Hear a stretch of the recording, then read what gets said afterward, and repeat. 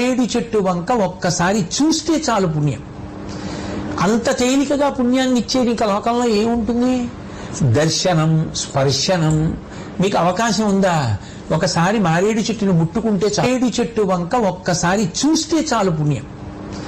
అంత తేలికగా పుణ్యాన్ని ఇచ్చేది ఇంకా లోకంలో ఏముంటుంది?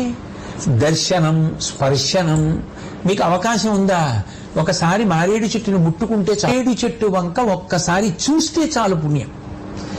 అంత తేలికగా పుణ్యాన్ని ఇచ్చేది ఇంకా లోకంలో ఏముంటుంది? దర్శనం, స్పర్శనం. మీకు అవకాశం ఉందా? ఒకసారి మారేడు చెట్టును ముట్టుకుంటే మారేడు చెట్టు వంక ఒక్కసారి చూస్తే చాలు పుణ్యం.